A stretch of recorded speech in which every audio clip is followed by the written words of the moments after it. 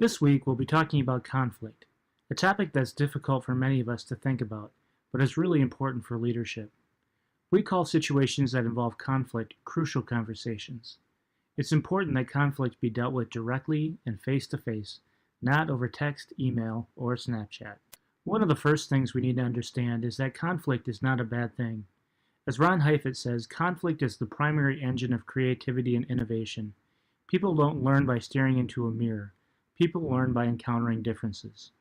Conflict is essential to leadership, and when conflict is healthy, it's a catalyst for growth.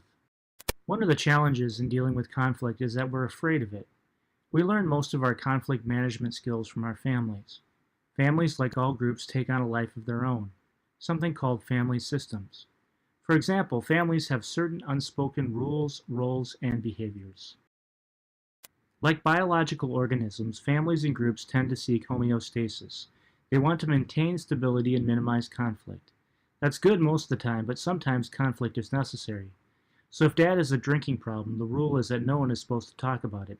Even though it's unhealthy, it might upset the delicate balance of the family system. So how do we deal with conflict? The answer is by learning to have crucial conversations in a healthy manner. In the book Crucial Conversations, the authors describe how conflict can be done in a productive manner. Conversations become crucial when opinions vary, stakes are high, and emotions run strong. Ending a relationship, talking to a professor about a grade, disagreeing with your parents, or critiquing a peer, all of these are examples of crucial conversations. So what do you do in conflict situations?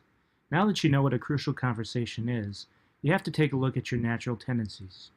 Most of us default to either silence, shutting down, or violence, lashing out, when it comes to dealing with conflict situations.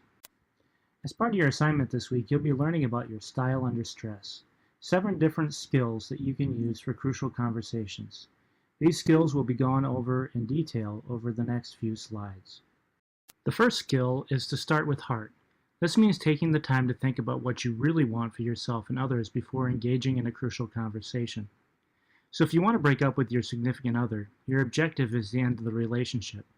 But you also have to consider what you want for the other person, probably to hurt them as little as possible. The second skill is learning to look, noticing how you and others are reacting to the situation. If you're having a crucial conversation with a group, do you notice your anger level rising? Stop and think before lashing out. Conversely, is there someone who's really quiet? How can you reach out to them and make them feel valued? The third skill is to make it safe. In order to have crucial conversations, you need to make it safe for everyone. The best way to do that is to be transparent about your own motives and agenda. If you have a conflict with a roommate and you sit down to talk, saying you want to make things better, you can't have a hidden agenda about getting the other person to admit that they're wrong. The fourth skill is to master your stories.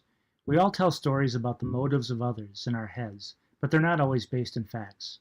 If you're leading a group that's underperforming and the story you're telling yourself is that everyone is just lazy, then you're not likely to hear what is really going on.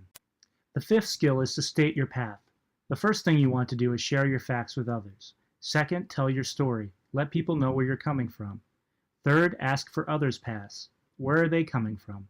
Fourth, talk tentatively. Use hypotheticals. And finally, encourage testing and trying out different options. The sixth skill is to explore other paths. You do this by asking others to tell their stories. Mirror and paraphrase what the other person is saying to avoid misunderstandings. You might do this by saying, "What I'm hearing you say is." And finally, prime.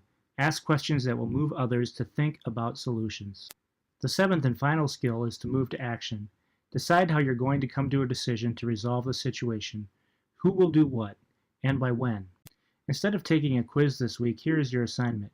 All of this is in the coursework section and the discussion forum. First, take the Style Under Stress inventory under the handout section. After tabulating your results, notice where your strengths and weaknesses are. Then interview 3 people who know you well.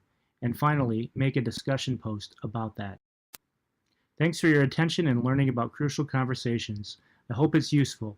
Have a great week. Look forward to seeing what you come up with. Created using Powtoon.